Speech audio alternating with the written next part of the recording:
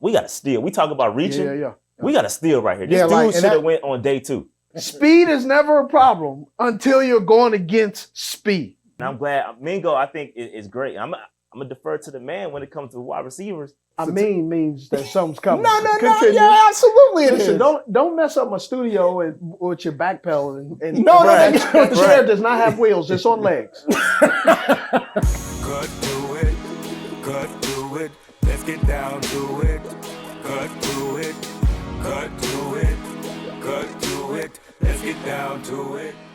Hey, this is a special edition of Cut to It /PMP with Steve Smith Sr. And I'll let these gentlemen introduce themselves because I don't want to take your shine. You know, they talk about I love to talk. And so I don't want to take away your shine. So go ahead and introduce in the Cut to It family, but also the PMP podcast is doing exceptional great things. I will not say that I steal from you guys, but I do pay attention. Appreciate that. It's Rashad. Y'all know what time it is. One half of PMP in the building. Can't wait to cut to it. This is Dave, the other half of PMP. We're about to have a blast today, go over these draft picks, talk about how things went, good, bad, or indifferent. It's going to be a fun time today. Let's do it. Yes, it is. So I said that I'll buy lunch. So hopefully after that, we can still break bread. Absolutely. You sure? Oh, yeah. Okay. I can't eat that much anyway, Steve. I can't eat that much no more anyway, Steve. So it's going to be easy. No more. Okay. No more. No, nah. Right? Which indicate, let me tell you something, bro. 3 years ago, 300, 350. Wow. Yeah. Had weight loss surgery back in 2020 during the pandemic. Okay. So no, I can't eat as much anymore. So I might be an easy lunch for you, bro. Okay. Yeah. You know what I'm saying? So you got to work, bro. Now his mentality. I've been the same size my whole life. Really? Yeah. I'm a little bit bigger than what I used to be. Just a little bit. Just a little bit. I mean, it's not much, but just a little bit. But I enjoy to eat. I actually only work out to eat. All right, let's get into it. So the Carolina Panthers, they draft. They only had 5 draft picks. Well, they had 6. Yes.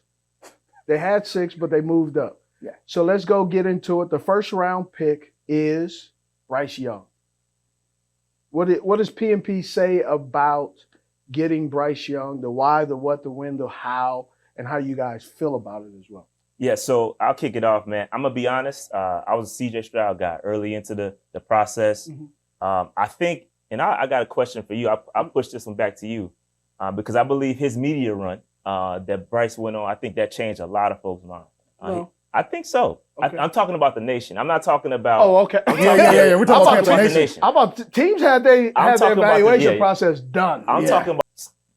So I really like Bryce, and I think the biggest thing is obviously the size. We could talk about that, but listen, we have plenty of examples from a Panther Nation perspective that prove that size doesn't mean anything.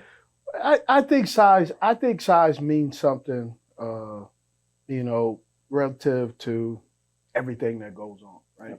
But I think sometimes we get so lumped or we get so infatuated with size. We look at a guy and we say, oh man, right? Guy's freakishly tall. And I said it on NFL Network and I said it on FNZ and I said it here on Couture, we will talk about a guy's size and stature to discredit him. Yeah. However, we don't talk about, if we're going to talk about size, let's talk about size in its totality of health overall. Bryce Young is not huge in size and durability is a question. What about the big dudes who, and I said it, what about a big dude who's 6'5", 340 pounds, and who loves to eat? Are we talking about the type 2 potentially diabetes or him gaining too much weight to be out of shape? Mm-hmm. To where he's not able to play at high octane or be able to, he loses his burst, right? One of the guys that makes me think about that, and you talk about size, and you talk about impact, and you talk about sometimes being too heavy or having some habits that may hinder you. Michael Pierce, the D tackle that was drafted by Baltimore, he goes to Minnesota. He impacted on Baltimore his first couple of years really well. Started feeling himself, didn't work out, didn't maintain himself. Goes to Minnesota. What does he get? Type 2 diabetes. All of a sudden now he's bigger.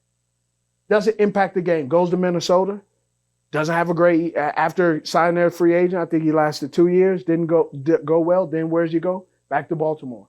Where is he currently right now? I'm not sure. I'm just using these as examples of, we talk about size as a negative for a receiver or a tight end or a quarterback. But weight and height can hinder you too long term as you get older. Yeah. Right? And I'm only bringing that up to say, let's not just talk about one side of the coin. Let's talk about it on both sides. And the argument may come across like, man, that doesn't make any sense. My family has diabetes on both sides, so I'm very aware of weight. And why? Because on all these contracts, 30 or 40 pages, in there, if you are not in physical shape, they have the right to terminate your contract.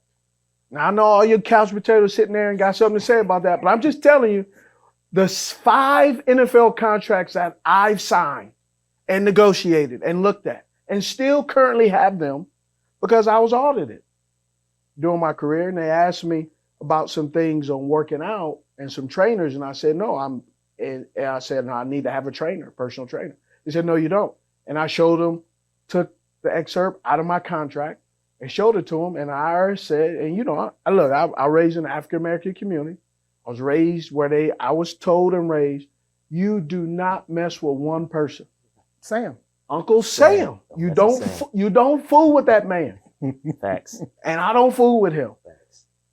So off on a tangent, but I'm just kind of giving a backdrop of understanding there's so many elements to football that I've forgotten that they don't come to mind until you need them.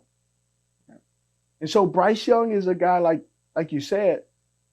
I also think Bryce Young, if he was a different complexion, with his father being a counselor, his mother being a school teacher, a special ed school teacher in the public system. He's the only child. Raised. They don't want you to pod, Steve. They don't want you to pod, They don't want you to be podding right now. Right? That you talking about, if this dude was somebody else, we'd be talking about how awesome he is. Yeah. And the lineage and the outstanding family he's brought up. And the reason why I'm standing on the table, and this is a nice table that I got. If I'm standing on the table for Bryce Young, is because I've met CJ, but I haven't accidentally run into Bryce like I have. I ran into Bryce at the Super Bowl. Obviously, I didn't run into him, but I was at his pro day. But one of the cool things is after the pro day, we ran into each other heading back to our respectful places of business. He went back to LA to continue to throw. And then I obviously went back to Charlotte here, and I ran into him, and he was like, hey, Mr. Smith, it's great to see you. Appreciate you coming to my pro day. First of all, why are you thanking me? Right? Yeah. And he was going back the same day in the same airport with all the other scouts. He's going back to go get back to work. Yep. And so I ran into Bryce, and every time I've run into him, I've walked away with another note of why this young man will be an outstanding quarterback. I can't speak for CJ because I haven't run into CJ. I have heard things about CJ, but I'm not in the business of snitching. I'm not in the business of trying to tear a guy down. People say, well, you've shared about what you don't like. I have to do the good and the bad on obviously evaluating receivers. But I'm not going to say, hey, man, last couple of years, this guy had this many drops. I don't want to get into that. I've done that enough in my career and my TV that sometimes now I'm like, man, I just want to talk about what I like about a guy, what he needs to work on, and give him the opportunity to prove us right or wrong in the position he was drafted and then move on. I think for me, when we talk about the debate of Bryce Young or CJ Stroud or even Anthony Richardson, I always go back to the coaching staff. I have to trust that the coaching staff is going to do the right thing from the standpoint of they know what's going to be the best fit for what they want to do. Yeah. So when Rashad was talking about Panther Nation, how they felt about Bryce versus CJ versus Richardson, I always came down to what does the coaching staff think is going to be the best fit for what they want to do. And if they think Bryce Young is the best fit, I'm rolling. That's how I feel about it, because we always just had the truthers about, all right, it's got to be CJ because of this, that, and the other thing. And I'm like, it's all about the fit for the organization. It's all about the fit for the team. Anticipation. If you are late to the party, then you're just fashionably late. Yeah. And that works great in a fashion show. That works great in the red carpet. That doesn't work great in ball, right? That doesn't work great. You can't play 3 solid quarters but play like dog crap in the first quarter, because now you put yourself behind the 8 ball. And against a really good team, you struggle. The things that I see that Bryce needs to work on, one, he's not really, like when you compare Bryce Young to Anthony Richardson, athleticism, they're not comparable. Bryce Young is not running, the same way that Anthony Richardson is. And Anthony Richardson does not move the ball around in the offense the same way. So they're two different fruit. They're not bad fruit. They're actually, I think they're not even fruit that are eatable right now. They're still developing and still ripening. Right. Yeah. This whole draft class that I'm looking at for the Carolina Panthers, including the free agent, the undrafted free agents or preferred free agents or camp bodies that they have, I can't give a grade to this draft right now. You know what this draft is? This is a 3 to 5 year draft to be able to know not if they're how good they are, where do they line up against other guys. I think this is a potential Pro Bowl type of group of guys, all pro. Second team Pro Bowl alternate. And I'll get into it, but one of the reasons why, the third pick, DJ Johnson. What I like about this pick is it's a developmental pick. It's a project pick. But it's a hybrid according to what the team is doing. Do we want to go to DJ? You want to go to DJ? Go ahead, because you rolled your eyes. I did. Bit your tongue. I did. Listen, I was going to tell you something. I was going to let you finish. But so DJ, man, so I'm cool with the pick. So I'm glad you're cool with the pick. I'm cool with the pick. I'm cool with the pick. Cool. I'm cool with the pick. We can all sleep at night after sleeping on it, right? Right. Because I like what you said, because Evero is going to get his guy. They both had conviction about DJ Johnson. They obviously picked him because they feel like he fits the system. Yep. Now, what system? What, a 3-4? No, I'm just asking, what system are they fitting? We don't know yet. Mm-hmm. As the public, we don't know. No, it's there. Nah, it's the 3-4. It's a 3-4. It's a 3-4. See, this is why we need to have it. This is why, because sometimes we'll say, "Oh, this is a bogus pick," but I'm saying you have to understand, right. Like every team is picking based on their DNA. Right. Yes. Right. This is a 3-4. So what Correct. Is the premise of 3-4, and what are the teams in the National Football League 2023 heading into 2024? What are they running? So I'm just throwing it up there. No, so I agree with you. And I think he has he's athletic, right? Ran a 4.4, 260. He has some good stuff on field, especially when it comes to setting the edge. Like he does a great job, got real at the point of impact. He's really, really good. Mm-hmm. But I think what a lot of people and what Panther Nation don't agree with is a trade up. I feel like they got caught slipping. I feel like they panicked a little bit. Who? It was the Panthers. I feel like we panicked a little bit. It was a lot of edge rushers coming off. Mm-hmm. A lot of them coming off. And I felt like they were like, we got to go. We got to go up and we got to get somebody. And I feel like they did it to go get the guy before the guy went. They wanted to make sure they got DJ.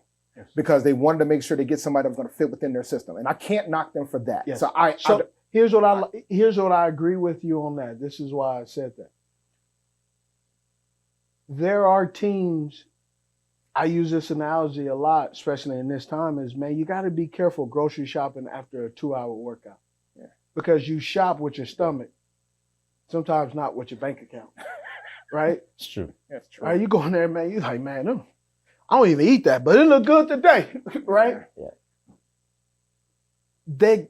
The teams have guys that they like or that are out, let me rephrase that, on their board. Yes. So they have their board of top 100 or top 50 or top 5, top 7 receivers, top 7 D.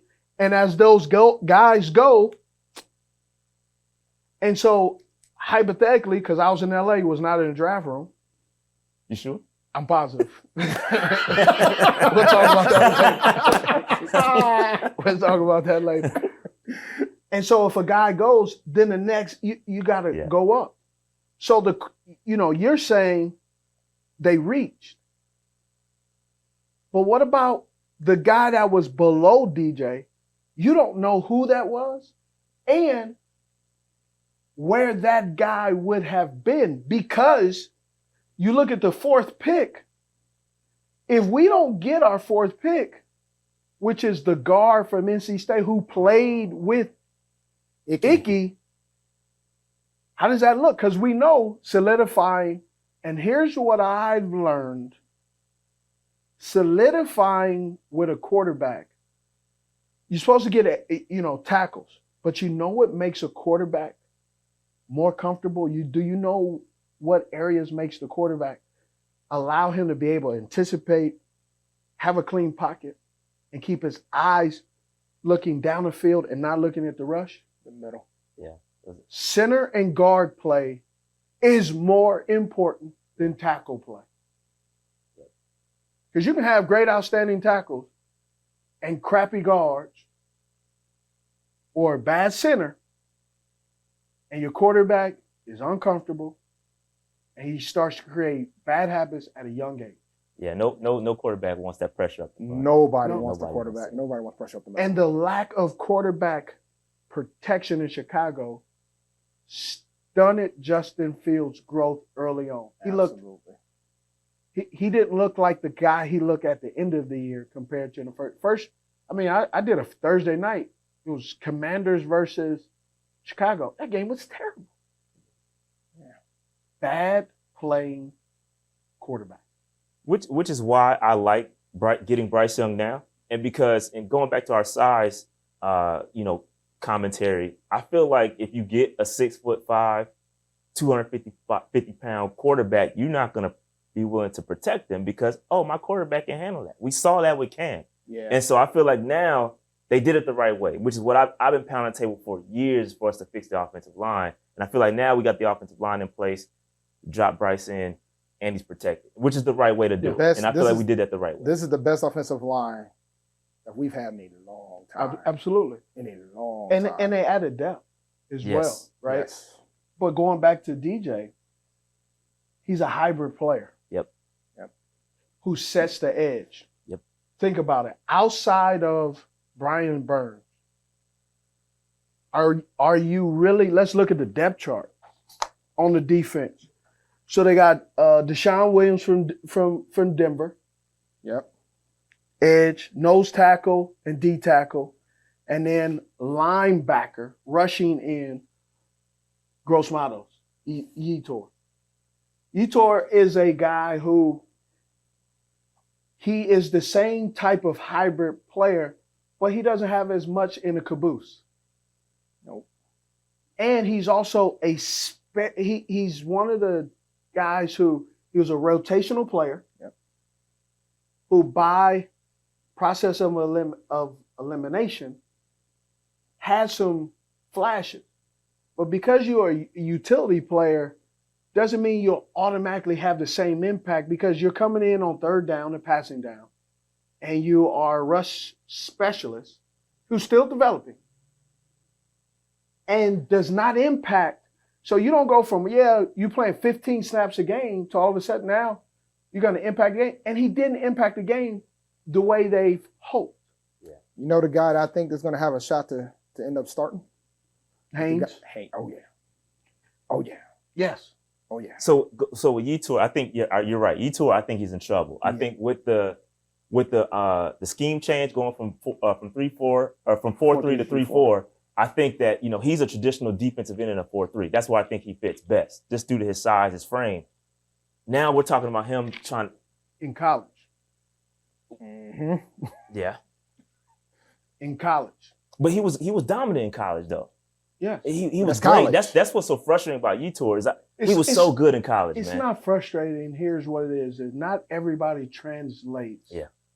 Not everybody translates to success in college to the pro.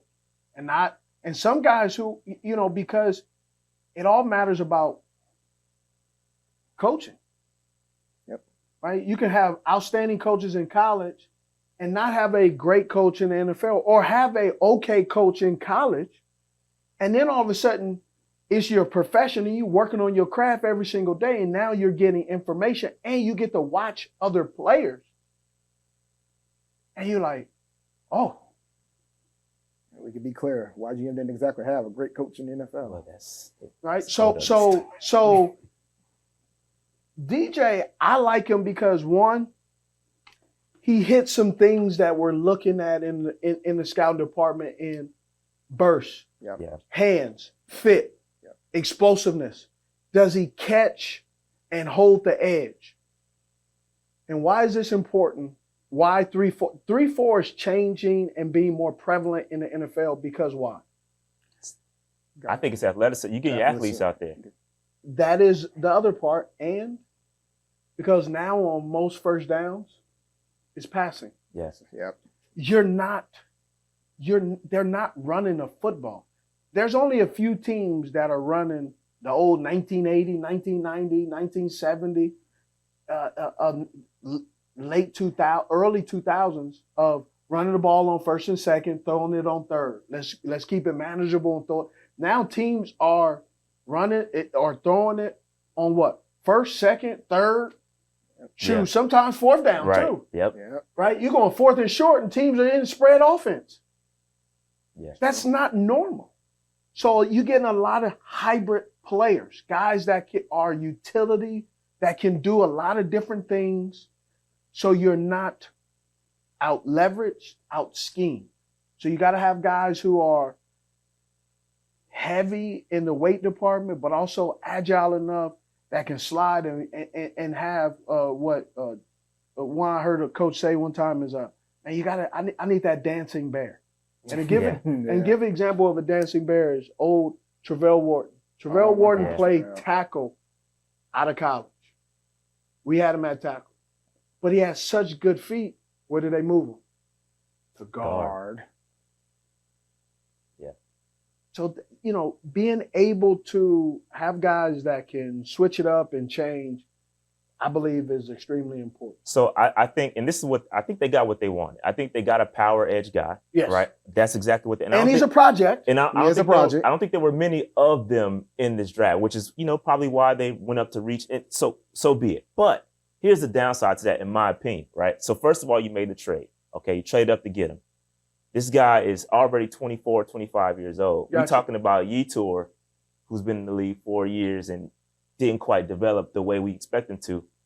4 years in the game, he's going to be 29 years old, approaching second contract. You know what I mean? Yeah. So I have concerns about that, and I have concerns about the lack of production. You were in college for 5-6 years. Where's the production? I think he had 9 sacks over 4 seasons in Oregon. Again, I will put all faith in Evero and Capers to get the best out of them. That's what they wanted. So be it. I'm with it. I'm rolling because they have not given me any reason to not have faith in that. So I'm rolling. Well, I like the move in regards of if you have a player or two that you can use. That's the old Bill Belichick thought. Mm-hmm. Grab a player that can give me 2 or 3 impact plays in a game, and that's the difference in winning a game. So that instead of being 7 or 8 games, and all of a sudden you add this kind of player who has an impact, 3 or 4 plays, a a strip or impact sack or a havoc play that stops the team from getting the first down, all of a sudden it adds 1 or 2 wins, and you do that here and there, all of a sudden the 7 wins that you had last year, and now all of a sudden you get 3 or 4 wins by getting these plug-and-play players. And that's the difference between making the playoffs and not making the playoffs. That's true. That's true. Right? So that's why just breaking that down and looking at all these draft picks are extremely important.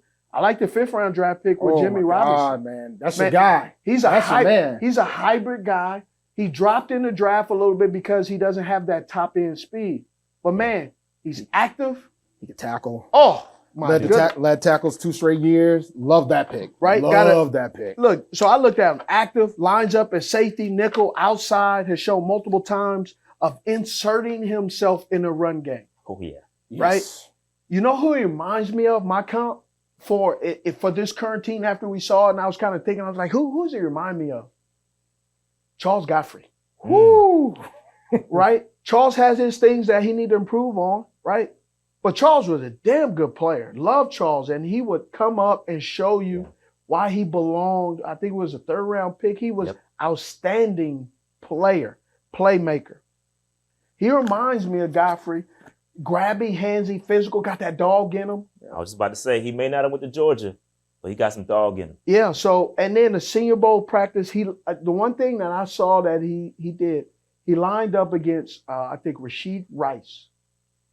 And Rashad Rice made some catches, but when those 2 guys were battling one-on-one, Rashad Rice had no easy catch.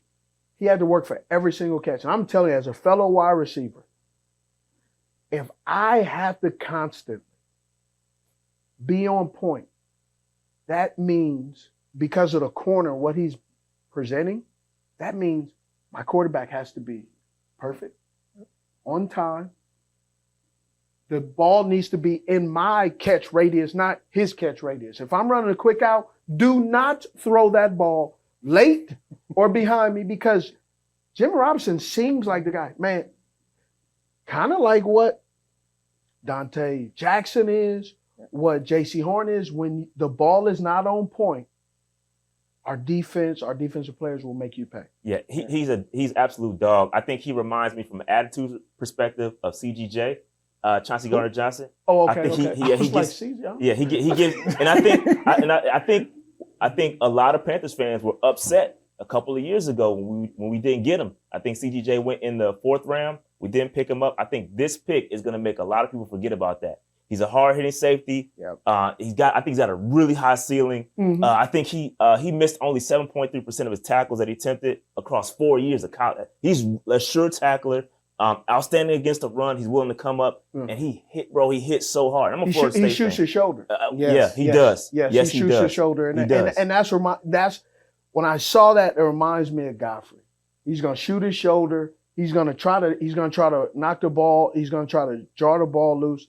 I think the difference between Godfrey and Robinson is Robinson has a little bit more flexibility out in coverage to play multiple positions. And he'll play special teams. He has to. Yeah, he brings these other guys, also Johnson too. These guys bring special team value. Yep. Special team value is extremely important, especially when we're talking about the back end. You got your 11 on offense, 11 on defense, that's starters.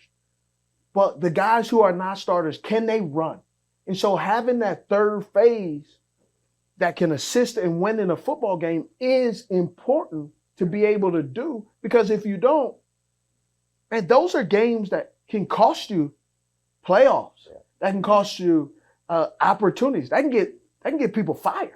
Yeah, and it's funny you say that, because he came out and said all of that in his his press conference. By far my favorite one. Yeah, he came out and said, because somebody asked him about the importance of special teams, and he's already, I'm in. Like, whatever I have to, I'm a team guy. I just like, he's one of my favorite picks in his entire draft. I know we got him late, and I think we got a steal. We talk about reaching. Yeah. We got a steal right here. This dude should have went on day 2. And that's the thing for me. He couldn't have, because the guys that went ahead of him, vertical jumps, short shuttles, body of work was slightly better. And here's the other part. Speed. Yeah, he's not the fastest. Yeah. He's not the fastest. And speed is not a problem until you're going against speed. Yeah. Right? Yeah.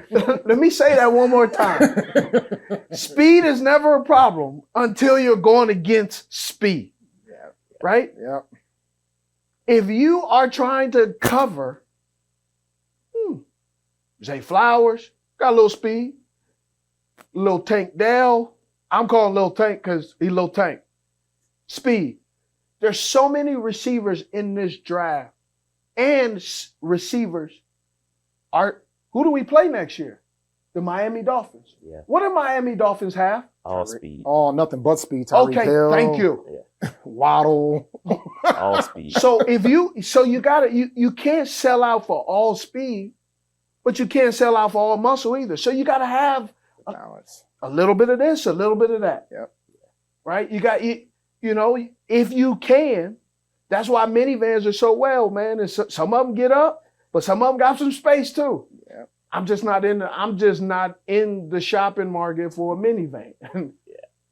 No, but I really like him. I think it was a steal. I think where he's gonna be successful is he can play all over, right? Yes, We talked about his yes. flexibility. He played in the box. I think he had what, like 1,000 some odd snaps, and he played all over the in field. college, All all over. I mean, and I'll mention this too. He was the first FSU player to earn first team all conference honors in consecutive years since Jalen Ramsey. I'm not Right. saying he's gonna be Jalen Ramsey. No, but Not he has saying the that. ability to be flexible and impact the game. This is a guy who, this is where your draft status and what you bring to the table, this is why people get so excited. This is why sometimes, and I've talked about on my podcast about, the business of anything is you buy the product at the what? Lowest possible price. The only person who pays double and triple over is the consumer. When you're drafting, you're not the consumer. Yep. And there was so much stuff going on in the draft, guys were slipping. Yeah. And that's gonna happen each and every year because teams say one thing and say another. And that sets you up for, you were upset after day one Yeah. press conference because why? So David Tepper went on record saying, we're not going to invest. And when I say invest, I meant the way I heard it was draft capital or from a financial standpoint in the wide receiver position. Mm-hmm. That's what I heard. And so that made you what? I was mad Why? because you have to support Bryce Young. Okay. You have to support him at all costs. I don't care what it is. And That so, was the best smoke screen I've ever seen David Tepper do in my life, man. so what does that show you then? What? What did he show you? Oh, in he knows how to smoke screen, yeah, man. He smokes Props screen. to Yeah, he him. smoke screen. He got me. He got me. He got me. He got Man, me. he only- I was he mad. Hey, was look, heated. I tweeted too. Hey, Oh, he- everybody was Hey, heated. smacking his lips. And look, I was I having did. fun First, with it. hey, I was first mad. thing you Listen. said is, my PSL's gone. I'm done. Huh? Yeah. Huh? No, I didn't say that. I didn't You go that didn't say far. that. You I didn't didn't say go that. that far. Yeah, I but do some have people- PSL. I didn't go that far. Some people were, huh? Some people No, probably let me were. tell you something. When Oh my when he said that, I said, look, I was man, I was upset, just having though. fun. I was like, look, man, ain't gonna be no wide receiver taking the day. Don't worry about it, guys. Just have a blast. Then it happened, and I said, oh. Well, unbeknownst to me, I didn't know he said that because I was too busy talking to folks when they asking me about wide receivers. Yeah. So, but again, I'm glad that they did that. I think it's so important to take a guy like Mingo too. I think because he doesn't have to come in and be like the guy day one. He can develop behind the Thielen and all the other guys we have. I did have some concern long term about a wide receiver position because we have Thielen, right? Mm-hmm. We have Chark, who has yet to play a full season yet. Yeah. So we concerns about his injury history.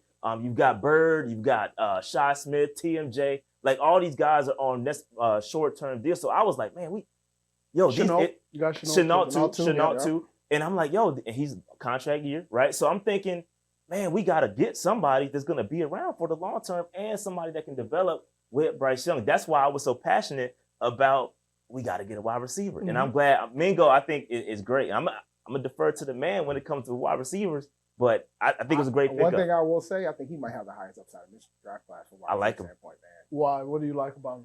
I just think with his size, the speed, the ability, and he does something you like to do too, man. Block. He likes to block. Yes. He does. Yes. He likes to block. And I think that's one of the most underrated things to look at, especially with Reich. We talk about getting an offensive guy. I've been pounding the table for an offensive coach. But when you think offensive coach, you're thinking throwing the ball. But Reich likes to run the football. And so I think having Mingo here, a willing blocker, a dude that's 220 and can bang, I like it. I think it's great. And he comes from a great lineage. Ole Miss, DK, AJ Brown, all these guys, man. And I think if they had better quarterback play, I think a lot of these guys, they would put up better numbers. Better numbers. Corral did well with him. Corral did well with him. He did well with him. The thing when I look at Corral, even last year, and I go back because I had to look at his film from last year because he was throwing to Mingo. So I like to look at the year the players coming out and then the year before to see what areas they need to improve on and have they improved on, and then also what new habits have they created each year. Because when you're playing new players, you're playing different schemes, new coordinators, new offense, new quarterback. You have some good and bad habits that you need to break and create within yourself based off also within the system and within the players and defenders that you're going against in practice.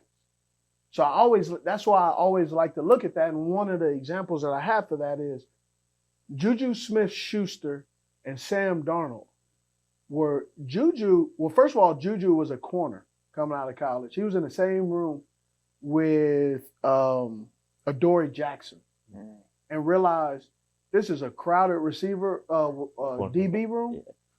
I think I may switch. So he switched to wide receiver. But what's crazy is Juju's, I believe his sophomore year was so much better than his junior year. And Sam was better as well. And so that's what I love to see. So, watching Mingo is a strong, my comp is Eric Moe, right? Because Eric is a stronger, and Eric was sneaky fast. Mingo's not sneaky fast, but Mingo I think he only has really 3 gears. But I also refer to him as a cross-country runner because he gets in those 3 gears as fast as he possibly can, and he goes for a long time.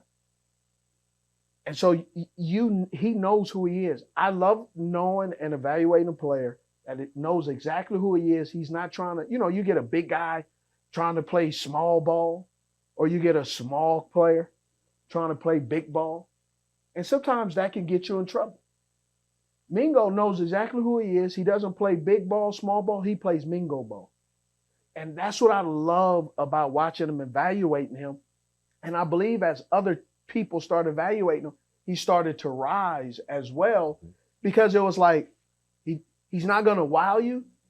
But then all of a sudden you see the consistency, and that wows you, because consistency in a college is really hard. The emotional and evaluational roller coaster in college athletes is crazy, bro. Because a guy looked good one week and looked bad the next. Yeah, so I have a question. Okay. Regarding his play style, or whose play style? Mingo. Okay. Versus DJ, right? Because I think DJ Moore. Sorry. Okay. So because we got DJ's chart right, now, so my bad. That was my fault. We got DJ Johnson. We got all these DJs over got all the the My bad. So DJ Moore, how does Mingo fit, or does he do some of the similar things that DJ Moore used to do? So the one thing that I've talked to DJ, so I've shared this with him. So I'm not sharing anything I haven't shared with him. I have a great relationship with DJ. Me and him talk a lot, right, during the season, all season. Not too much. Don't give him too much sauce now.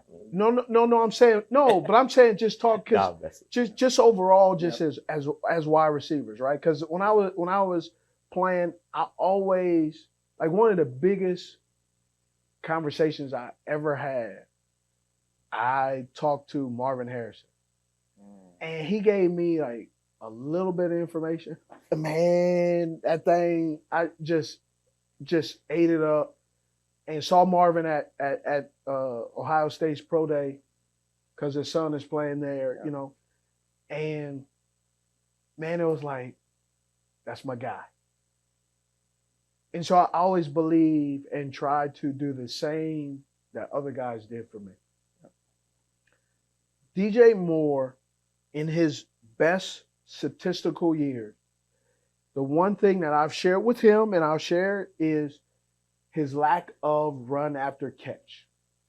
It's not as prevalent as I would like for the type of player he is and I know he can be.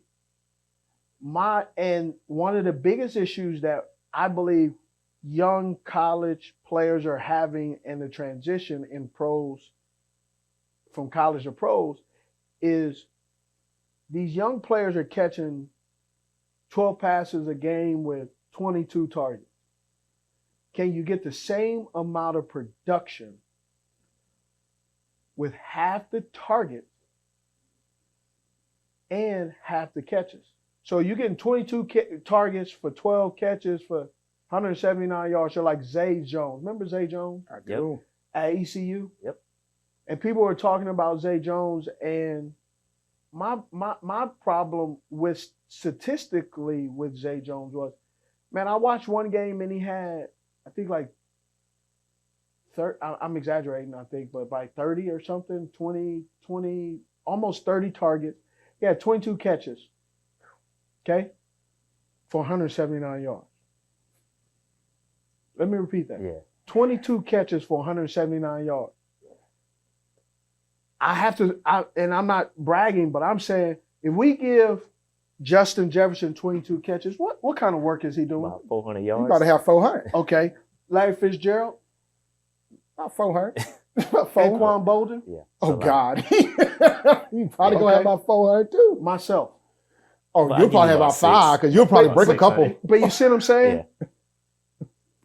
You got 22 catches, only 179 yards. Under 10 yards a catch.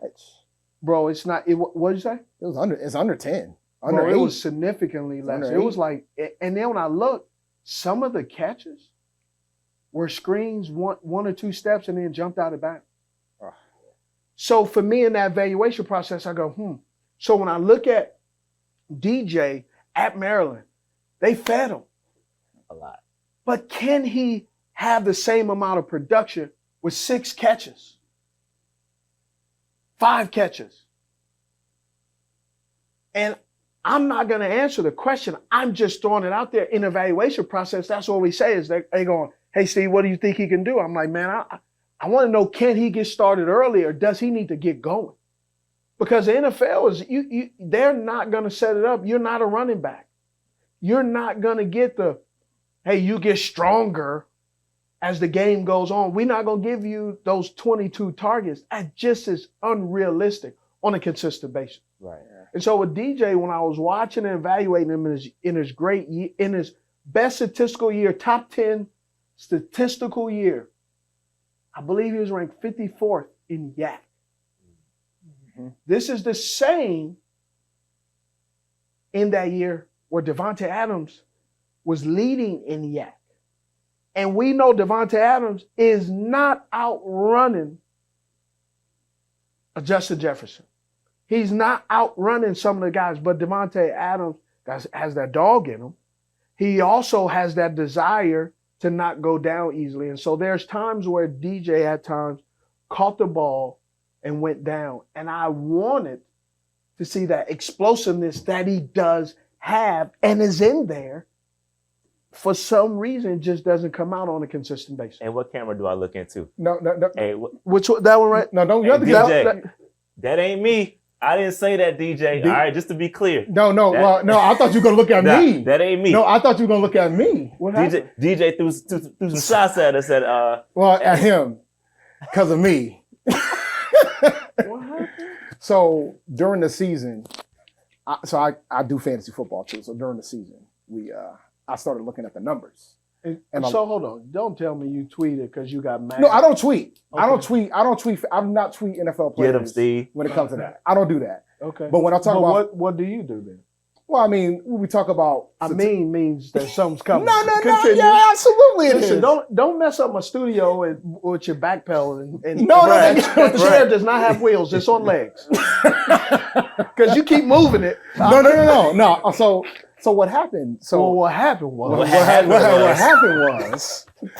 So basically, we, not we. I took the stray. He took the stray. Yeah. He took the stray during training camp. And I was going to go to training camp this year and apologize and talk to him. But, we got traded. Things happened. So basically what happened, we went through going through fantasy. Every week I do a fantasy show. And we talked about his numbers. And basically it was based on the drops. And people thought that I was slandering DJ. But when you do it and compare the target share that he got versus top 5 wide receivers, he was top 5 in targets. But when you talk about the catch ratio and you talk about fantasy numbers, he was down in the top 20. But see, here's my problem with the fantasy numbers and the ratio you're referring to. It doesn't always line up. No, it doesn't. With the state of the team. Absolutely. That's what I said. Right? You're looking, I've had people say, oh man, your numbers are down. First of all, the coach is not going, hey, well, does PNP really, are we messing up their fantasy team? Oh, we are? Okay. Well, we got to throw the ball to DJ. Like, they're not doing that. No, I know that. And I know you know that. Yeah, I know that. But sometimes people in the fantasy state and talk from their impact on their fantasy team. Like that individual player is sitting on the sideline going, PNP? Oh, so Dave's fantasy? Man, bump that dude. I'm not catching today because I don't want him to eat today. I think Bill Belichick does that all the time. He be trolling cats. I know he does. He has to be. Because the way he handles the running backs.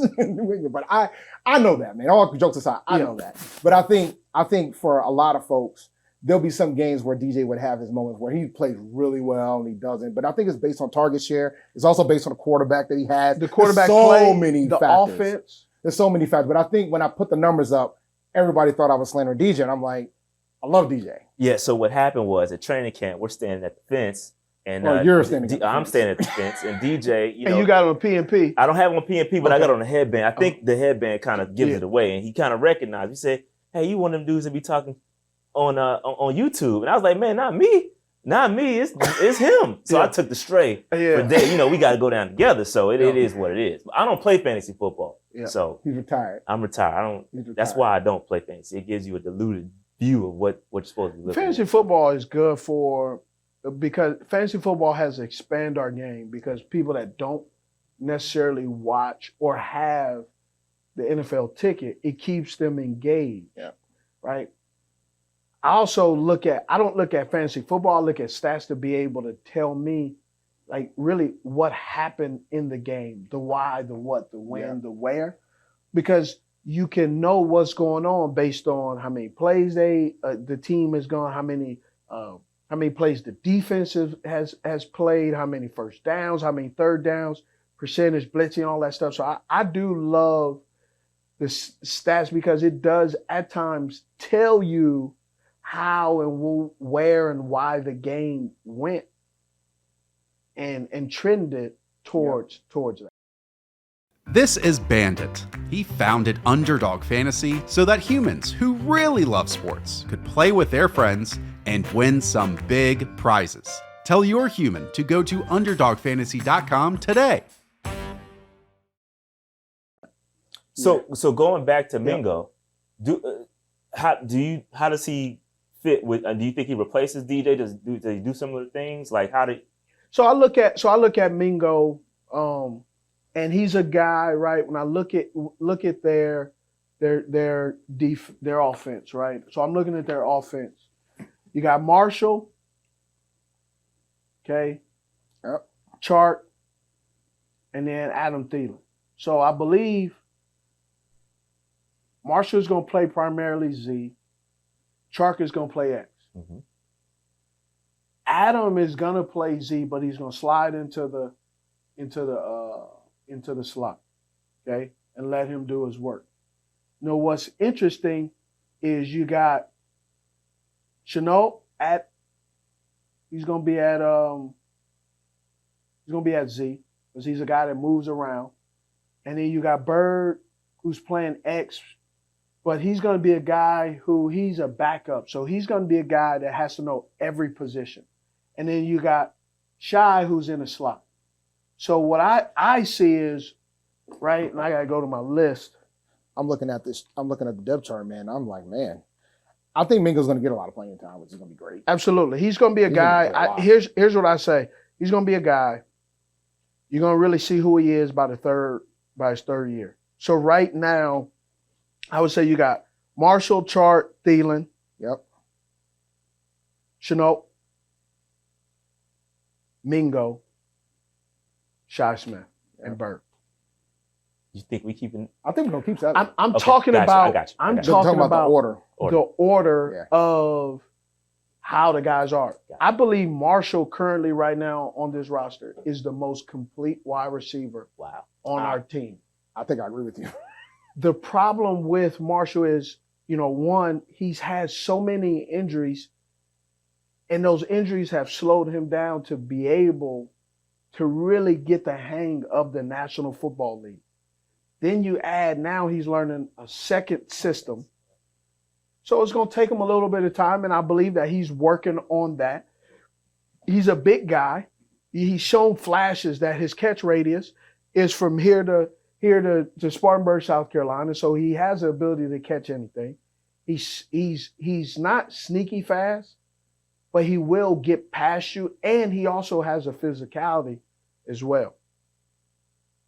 You got Thielen, who's going to teach some guys some stuff. Thielen is a craftsman. He knows exactly what he's doing.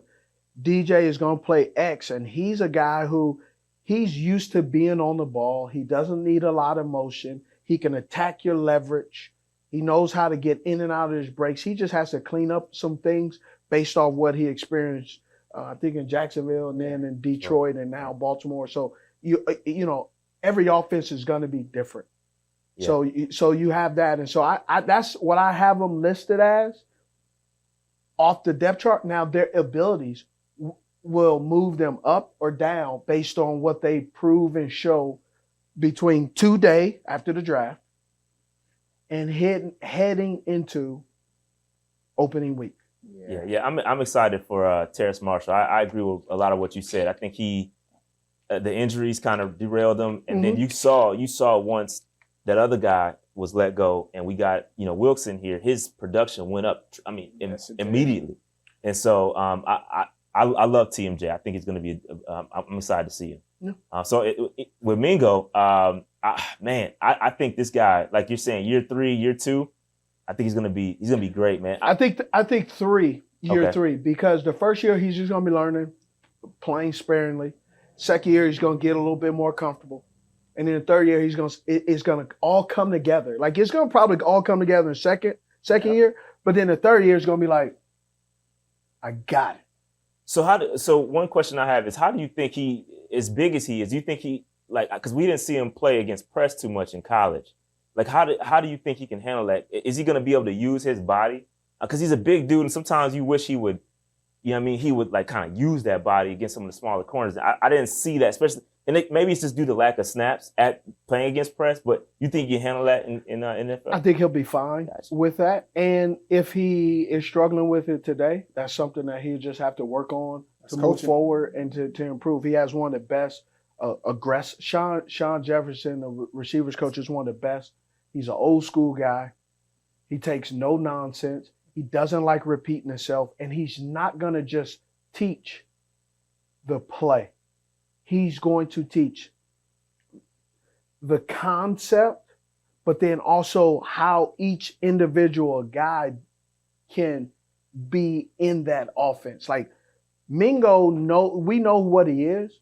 Now you give Sean him, and he will learn and teach him how to add, right?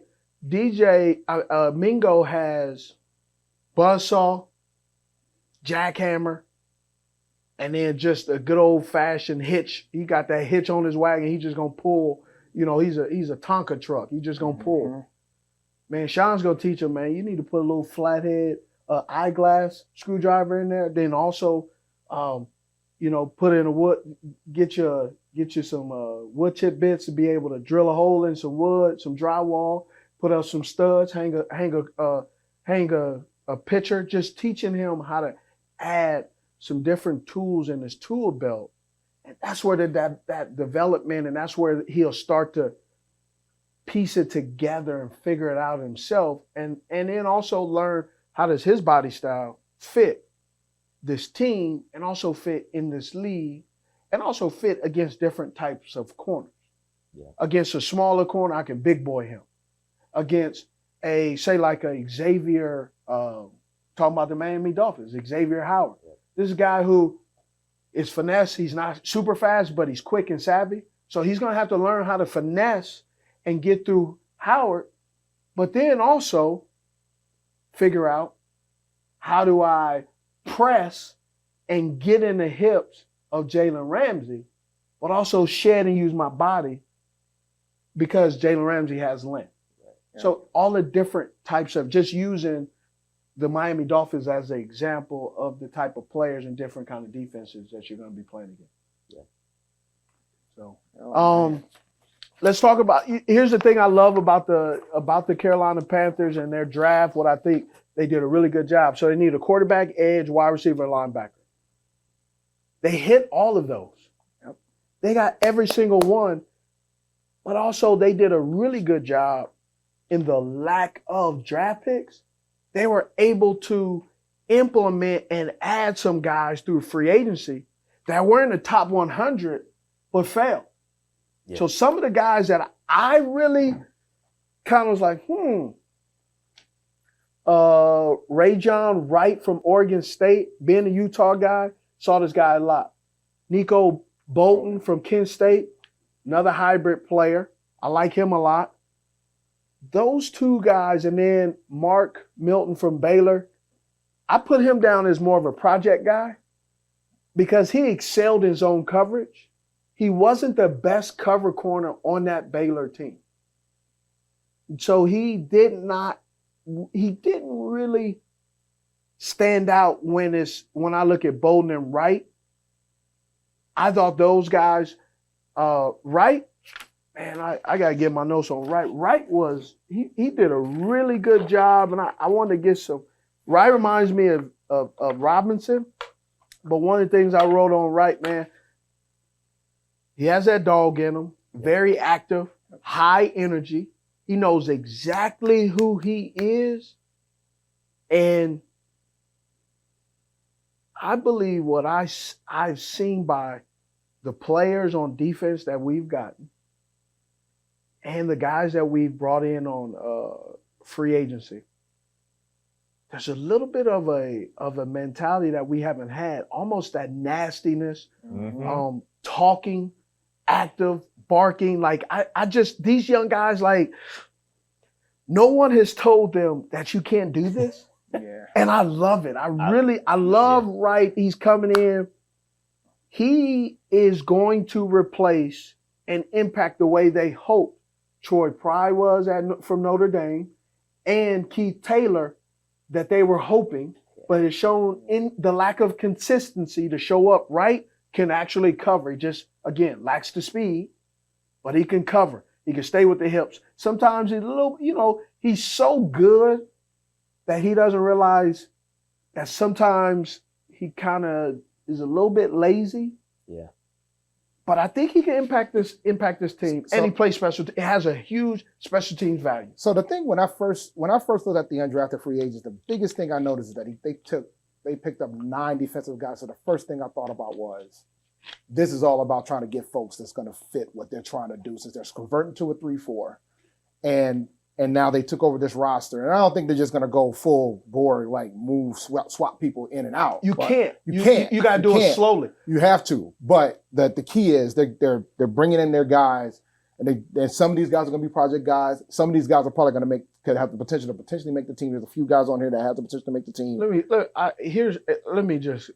me cut to it. I like that attitude. Yes. Yeah. Like these are some of the guys these are the old Carolina Panthers. Yes, sir. These aren't the choir boys. These aren't the pillars in community. These are, hey, let's get some of these knuckleheads in here right? Because some of these guys are Cali dudes. Yeah. No, so we don't know how to act when we come to the South now. Yeah, so going back to Rashad, right? I like this pick, and we got some cornerbacks that are in trouble. And I think that. Oh, you do? We got some guys that are in trouble. So we're looking at the cornerback position. You got J.C. Horn, C.J. Henderson, Thomas Oliver Stanley III. That's in a cornerback, and then Action Jackson, Keith Taylor, and Herb Miller.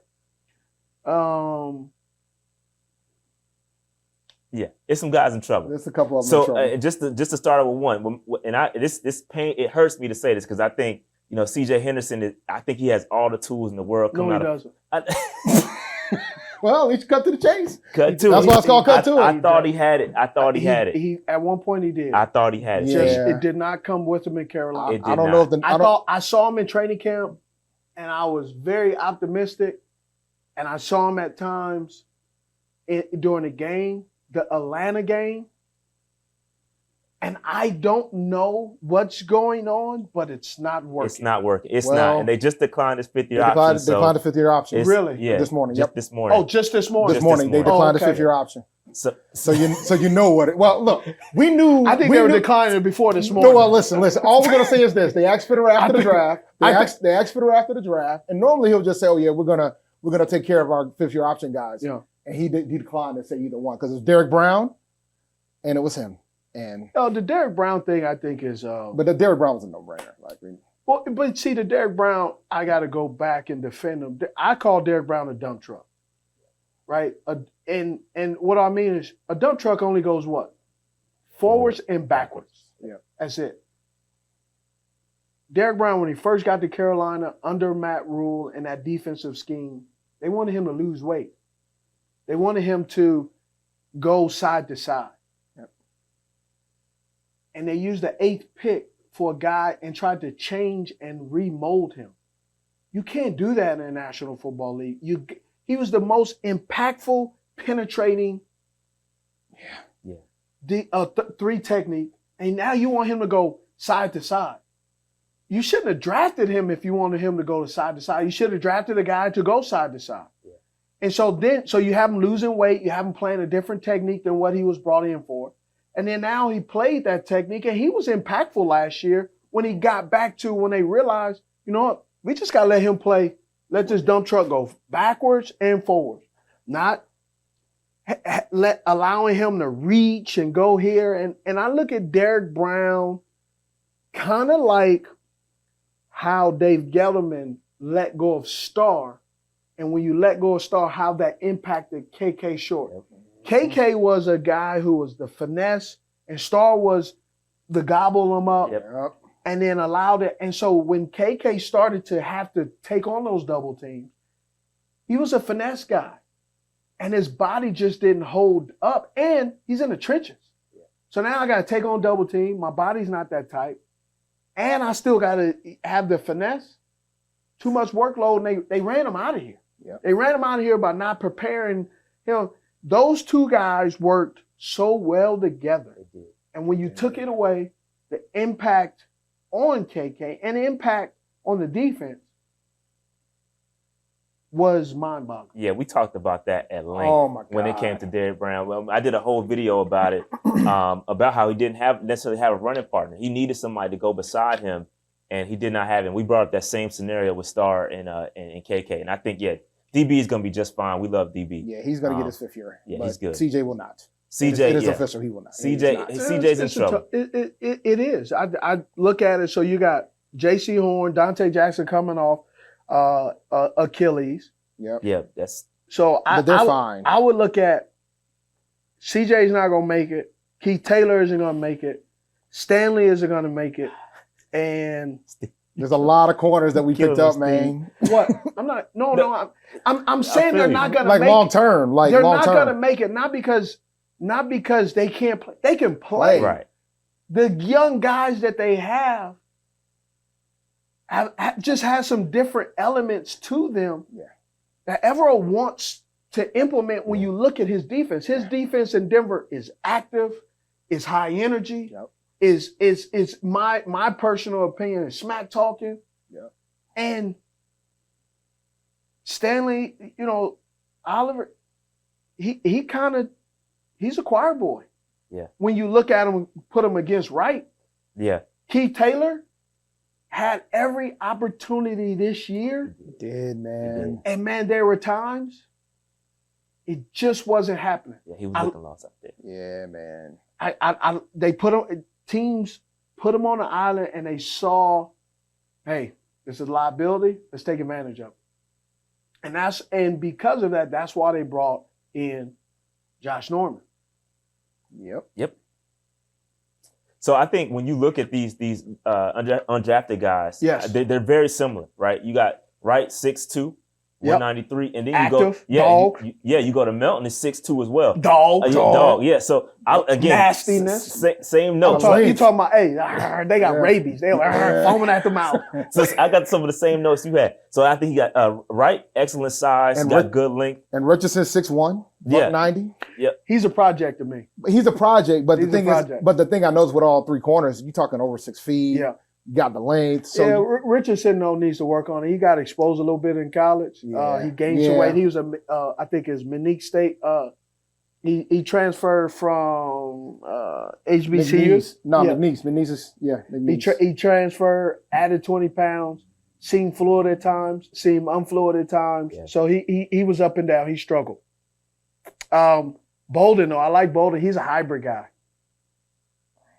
From Kent State. I like him. He was in the top 100 guy. He failed, but man, that's a blessing. I think he's going to be a guy really gonna. And looking at this, you got Von Bell. Love that pick. Xavier Woods is the quarterback back there, but I think he lacks some things. So I think that's going to be interesting to see how that free safety spot goes. And then you got the nickelback with Jeremy Chin, who's going to be more he's going to be more in the box. And then Eric Rowe, Utah guy, he's Super Bowl winner. He's a guy who can line guys up. He's sneaky, can make some plays, but I don't think he's going to be a guy out there you're going to hear his name called a lot. He's going to impact the game, not on the stat sheet, his ability and his knowledge. He's going to be a guy that you're really going to see that's going to make some plays, but he's not going to get a lot of credit. So what are your thoughts about Cam Peoples? Because I think this is a guy, we don't have this type of running back on the roster right now. No, we don't. We don't. So he's 6'2", 220. I think when you talk about Bryce, you're not going to put Bryce at risk, 4th and 1. QB sneaks. I don't see that happening too often. So you got to have a guy that can push the pile. So I definitely like Peoples. I think he's he's a physical guy, pretty good footwork, good vision. I don't think he's as fast as you would imagine. He's not going to break away from anybody. Straight lines. Yeah. So you look at the running back, you got the starters. Miles Sanders, number one guy. Yep. Chuba Hubbard, the Canadian. Blackshear really surprised some people. Yeah. I think this is the year Spencer Brown is probably let go because it's going to be a crowded backfield. I think he's really earned playing special teams. If he can do some things on special teams, I really believe that's going to be good. But so I can see right now it's going to be Miles Sanders, Hubbard, and I think Blackshear and Peoples. And I can see possibly if Peoples does well, he can maybe leapfrog Chuba because Chuba sometimes he does well. And then sometimes you're trying to figure out, man, do you need some glasses, right? Because sometimes he misses the hole, but then he'll hit a hole that's great. So he's up and down a little bit. So I think Peoples may give him a run for his money. I think that the only thing I'm concerned about with Peoples is he doesn't have hands, right? But I think that it's going to hinge upon Miles Sanders. I know we're going to be using him more in third down and getting those swing passes to him and whatnot. The key thing about Peoples too is that he can pass protect. He can pass block. His PFF. Chuba is he's messed up a little bit. Yeah, and that's going to be key about getting on the field. Yes, sir. So that's going to help you more than anything else. So his PFF score. And this offense now is heavily on the running backs need to know pass protection, but they also need to be active. and really good in catching the ball. So Cam Peoples, though, but one thing that he needs to figure out and he'll learn, he needs to lower his pad level. Yeah. Because he's a tall, hefty back, and he runs high. And he's if he doesn't lower his pad level, somebody's gonna lower his pad level for him. Yeah, no, but I'm excited. I'm excited for Cam though. I think he's got a good opportunity. I think he's one of the guys that could definitely make a push to make the roster. I'm excited to see how Miles Sanders is used. I know going back to his first year, I mean, all kind of catches out the backfield. Mm-hmm. I like to see that. I know he talked about that in his introductory press conference with him getting the ball on third down in the backfield. I want to see that. I really want to see that because we all talked about Christian McCaffrey, right, and how we're gonna miss him. And y'all know how I feel about. I love C-Mac, but I think Miles Sanders will do a fine job. Yeah, I think in his absence. Sneaky guy though that I'm looking at that's really some interesting things is Bumper Pool. With a name like that, I don't blame you. Well, his before he switched, his real name was James. Did I know that? But his dad wanted to call him Bumper, and Mama said no. So he got of age and said, "Man, I want to keep Bumper," so he switched it. But he asked his mom first, and so he switched it. So that's his legal name is Bumper Pool. Love it. He lacks a little top end speed. He lacks the burst, but he's always active. The only part that can get him in trouble, but I think it's a great undrafted pickup, is if he doesn't get a key on what's happening, he doesn't have the long range speed to catch up. I think he's a thinner version of how Luke Kuechly was able to impact the game. Luke Kuechly had the speed. He also had the intelligence. Bumper has the intelligence. I don't think he has the speed necessarily, but he's also, I believe, he's going to be a special teams guy. He has his special teams value. And the other part, nastiness. He has that nastiness. All these guys that they either drafted or they brought in has a little bit of nastiness that I believe we've been missing for a long time. And Evero and Frank and Thomas, the coordinators, really want their type of players, meaning you need to do multiple things. Right. And you need to also bring a certain aspect and attitude of the game, and these guys hit it. Yeah, no, I 1,000% agree with that. We've been missing that edge probably since you left, and we haven't had it. So I do appreciate them, as long as they're able to kind of keep it. Not go too nuts with it. But I think we're gonna be just fine. And also going back to Bumper Pool, I know he dealt with some injuries too, so he's got to make sure he can stay healthy and remain available. But I think he has a really good opportunity because when you think about the interior linebackers on our roster, you think about Frankie Louvu, who's playing great. Yes, I think he may price us out. You know what I mean? I don't know if we're going to be able to afford him because he's playing well. He's playing really well. Yeah. And will we be able to retain him? Will he price us out? So it may be an opportunity for him to come in if, we happen to lose Frankie Louvu. Shaq also getting up there in age. I think Bumper Pool has an excellent opportunity. Another guy we got to point out. We'd be remiss, Dave, from an undrafted free agency standpoint, if we did not talk about Ricky Lee from A&T. Aggie Pride, offensive tackle. Our guy. Offensive tackle. Can he block? Absolutely can block. Can block, man. Absolutely he can block. Okay, I didn't look him up. I'm not. No, it's fair. Don't do us like that, Don't man. do us like that, man. He could have went to Stanford. I'm not looking him up. It don't have nothing to do with the school. I try to stay out of the offensive line. I ain't blocked. All right, I ain't blocked nobody so on the DN category, so I don't even know what it looks like. So A&T was in the Big South last season. They're the final year playing football in the Big South. They gave up the least sacks in that conference. Okay. So they're really good at when it comes to protecting the quarterback, even though we played for them this year. Okay. But he protected the quarterback really well. He also, fun fact, you probably didn't realize this, he played for North Carolina Central. Yeah, he did. Got to give them a little bit of credit, even though they're a rival school. He did play for North Carolina Central University for his first 2 years. Okay. Then the COVID season, he transferred to us as a graduate. So finished at A&T and did pretty well for the Big South for us for those 2 years. So yeah, he protected the quarterback pretty well. played well for Central as well. So I think it's a good pickup. I think he's got a shot to make the team. We'll see.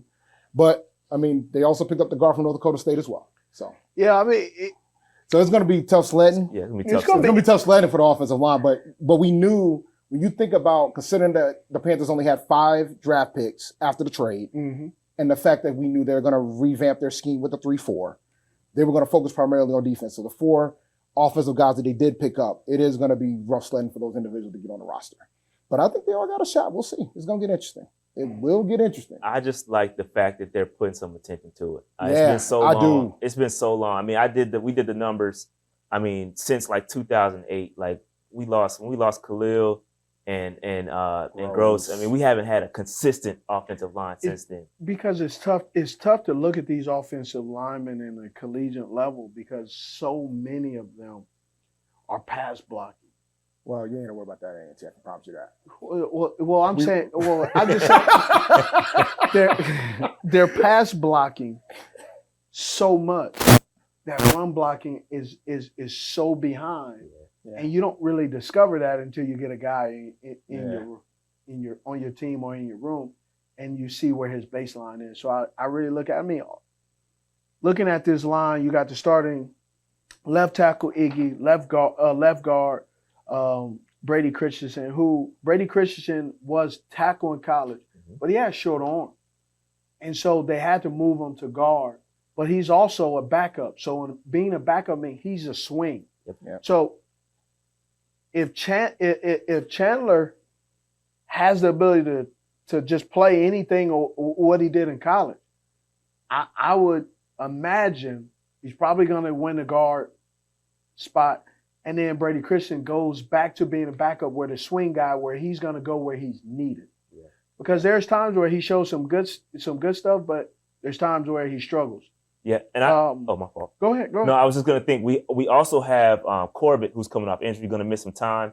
So we could have an opportunity for him to slide in there as well. So I don't know if he feels more comfortable I know he played left guard in college. I don't know if that's where he feels more comfortable. Chandler, I'm speaking of.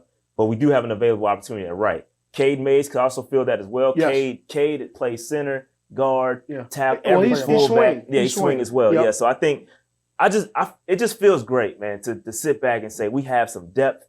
I'm not too concerned about Corbett missing some time. I don't think I've ever said that in the past 5-6 years as a Panthers fan. So it feels good for them to put some attention to it.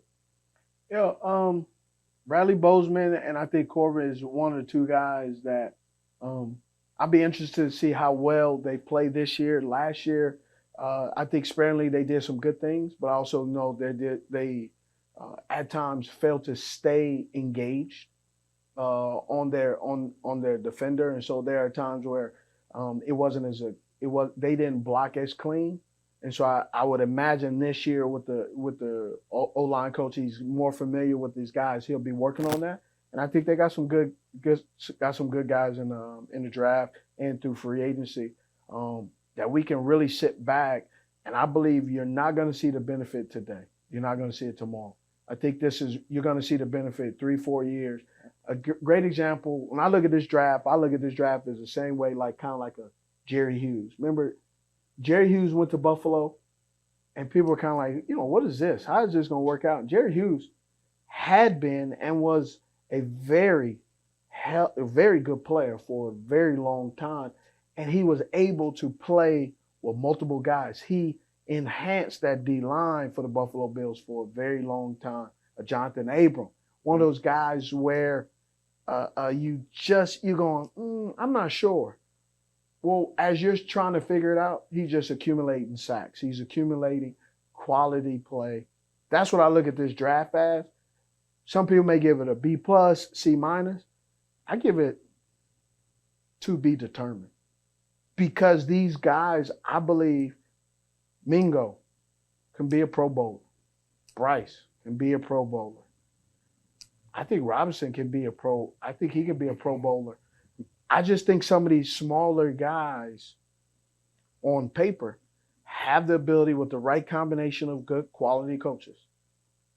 Line them up in a great position, and they can exceed all of our expectations of sitting at the couch or on a podcast talking about what we think a player could or cannot be. Yeah, I think this is a good draft. One slight concern, just to push back a little bit, I do think that we're starting to stack together a couple of developmental drafts, right? Last year's draft, developmental guys like Brandon Smith, Amari Barno. We need those guys to start to elevate, because you can't stack, when it comes to putting together a team, we can't stack too many developmental drafts together. But at the same time, you also got to consider that developmental draft was a different coaching staff. Right. Now, same GM, Agreed. different coaching staff. So we got to see what's going to happen when these guys get into more mini camps, more training camps, and they start practicing more and scheming more. Well, I mean, if Because you look, it is same general manager, but the general manager responsibilities were different. Exactly. Yep. Right. And when I look at, using Brandon Smith as an example, good athlete, but where does he fit? Exactly. Yep. And they're trying to figure it out. And there were plays where he showed glimpses that he's getting it, but he also showed glimpses that he's still working on things. So maybe with the new coaching, the different scheme, he's able to play a little bit different, right? And then there's sometimes, too, people aren't going to really tell you how good a player is or isn't. A great example is Simmons for Arizona Cardinals. Mm-hmm. Isaiah Simmons. Everybody talk about how good of a player and great of an athlete he is. It's not working out the way they thought. Is he an athlete? Yes.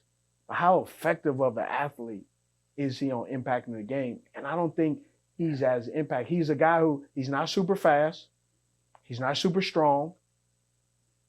And so they're forced to put him out there, but he really hasn't produced as this athlete that everybody's talking about. Remember when everybody wanted him? Yeah, Derrick Brown versus, there was a lot of debate with that. But I'll put, so with that too, and it goes to coaching like you're saying, because we've seen Arizona mess that up a couple of times, right? We've seen them mess it up with Hassan Reddick. They played him out of position. They played him out of position, right? So I'm hoping, like you're saying, and I agree with what you're saying, is that we've got to get these guys in the best position to see it. So guys like Brandon Smith, we got to find out where he's going to play. Same with Amari Barno. Or where he cannot play. Or that. Yeah. Sometimes that's even better, is finding out where a guy cannot play so you don't put him in that position to be exposed. Yeah. Right? Like that makes me think of Jamal Adams when he was with the Jets. Right, man? They put him on Gronk, and Gronk ran through him. But yet then he goes to Seattle, and after that they start putting him in a box and seeing how he can impact the game at different levels, where they said, we shouldn't put him here, here's where we put him. And that's where you can find that niche. Is sometimes having a niche guy can be a good thing, and it can be it can be at times a bad thing as well. Yeah, I'm hopeful that they'll put it together. I trust the good thing about this is we have an excellent coaching staff, and I think they're going to put it together. And I trust this coaching staff to make the right decision. So I'm all on board, and I agree with you. I do give it a solid B+, but I'm also here to wait for it and see. Yeah. I'm all about waiting to see. I'll be patient with everybody. Deserves this entire coaching staff. And this goes out to Panther Nation. This entire coaching staff deserves some leeway, right? Yes. They need some lead time. Let them get it together. We don't need to go out and go crazy. If we start losing, let them get it right, and I think we'll be great over time. If you're happy about the coaching staff and you're happy about everything they've done so far with the all-star coaching staff, you have to give them grace. I agree with Rashad. I think it's a B+. You have to give them grace. Give them time to make this work. Because, we have to appreciate some things. First it was, get at number one at all costs. We get to number one. Why do we give all this stuff to get to number one? Then it was, well, we got to take this quarterback. And now everybody's fighting over the quarterback. We got our guy now. Unless you like Teddy Bridgewater. I mean, it's your call. Or Sam, or it's your call. But so give this coaching staff some grace to make this work. Because we still should be the favorites of the division. I'm standing by that. Yes. I'm standing by that. I know you, look, you in the front network, but I'm standing by that. I just looking at it. Yeah, I'm standing by that. We were a C.J. Henderson 2 TDs away from winning it last year. Listen, I know we have a better quarterback than Ritter. I'm not going to say that we're better than Carr because you got to also understand Carr's a second-round draft pick, right? we also aren't necessarily sure what they're going to ask of Carr and what's needed out of him. I think we're in a better position than the cash-strapped Tampa Bay Buccaneers with their quarterback situation. And then ultimately, I think with the additions of the playmakers and getting rid of some guys who are either free agency or hit, DJ Moore is a $20 million cap hit. $20 million cap hit for a receiver that is not in the top 10 on a consistent level. Man, that puts the team and that puts that player, it puts a bullseye on them. And that's the going rate for wide receivers. That's not his fault. Yeah. However, at the time that the Carolina Panthers were able to get the deal done, that's the going rate. Yep. And it's not about is he worth it? That is the market. And the market dictates the price, not the player, the market. Now the player just can settle for less or hold out and wait for more. It's up to them. I agree. Yeah, I'm with you there. I thought we got to deal with them. First of all, we got to deal. So here's a cool part, and now the draft's over and I can talk about it, is Scott Fitter and Dan Morgan and all the scouts, GMs, assistant GMs, those guys did a great job. One of the guys that was really adamant about making that trade, who actually did his own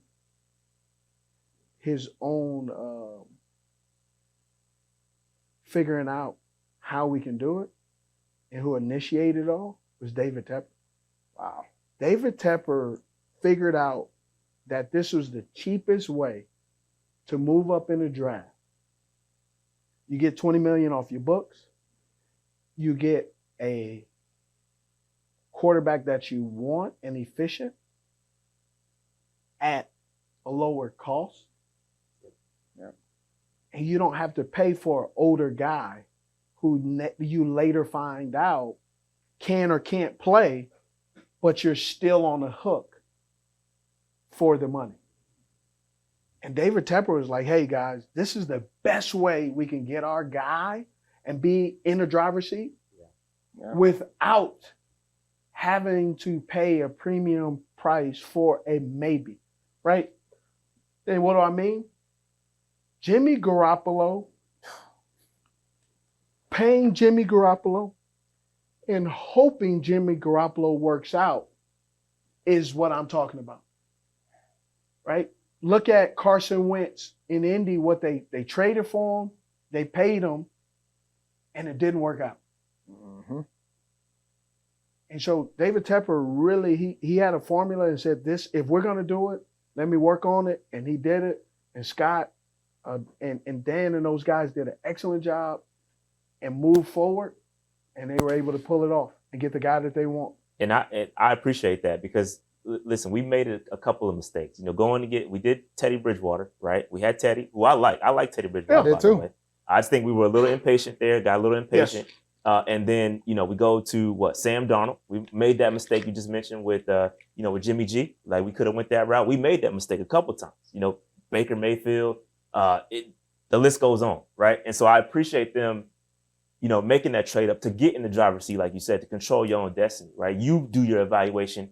You feel who you fit, get who you fit, who you think fits the system and best, is going to implement what you have moving forward. So I love the fact that they did that. Whether it works out, only time will tell. But I appreciate them going out there and being decisive about it. And the thing for me, too, is whenever you have a brand new head coach, typically the quarterback is linked.